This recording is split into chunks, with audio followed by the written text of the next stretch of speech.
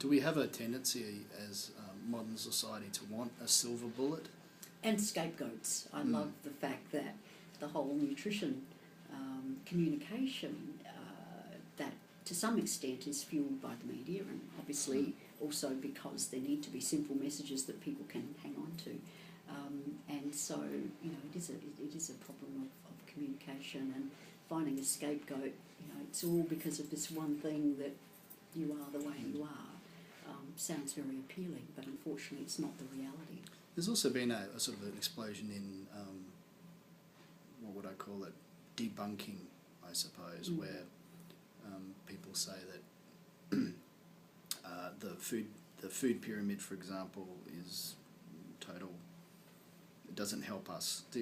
And from what you're saying, I can see where people are coming from, because the food pyramid doesn't tell you how much to eat, and maybe the proportions are not particularly relevant either, depending on what you're selecting from those groups. True. I mean, I think the important thing that we've learnt with some of our work at CSIRO is that how you communicate your message and the medium in which you do that is really important. And the food pyramid is a kind of a concept which is probably not always useful when you're shopping, because it doesn't connect. And so the way that we've approached this, and it's largely been driven by talking to a lot of our participants in clinical research studies who pulled us in this direction, is that, you know, people want information about what to eat at meal times, and then translating that to what they need to buy, and so completes that cycle, and how to prepare those foods into something that is palatable, and that has really led our work down the pathway of books that provide recipes that are both nutritional and nutritious, but also aspirational in that they look interesting, they taste great, and it takes healthy eating into a different arena, away from things that are all brown and not that appetising. Now, nutrition seems to attract controversy. Everyone has an opinion about food, and therefore, to some extent, everybody has an opinion about nutrition.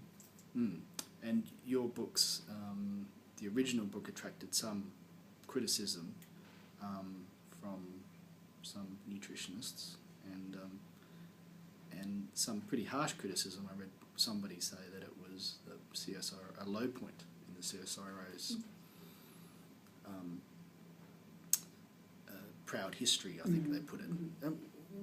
What do you attribute that kind of passion for a cookbook which basically says eat a bit more protein? Yeah, it's interesting.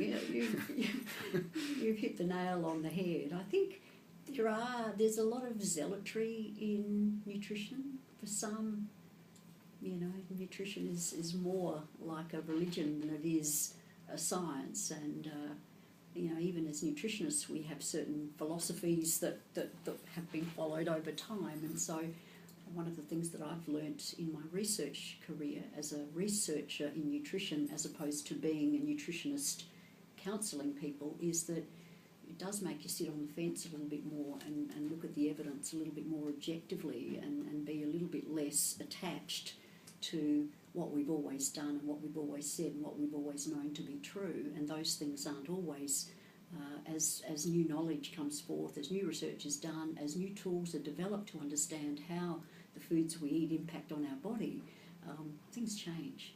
And in medicine the same is true. I mean, there are medicines that we use now that we haven't used in the past, and there are medicines that we've used in the past that we don't use now. And that comes from new knowledge and new developments and evolution. And the same is true of nutrition.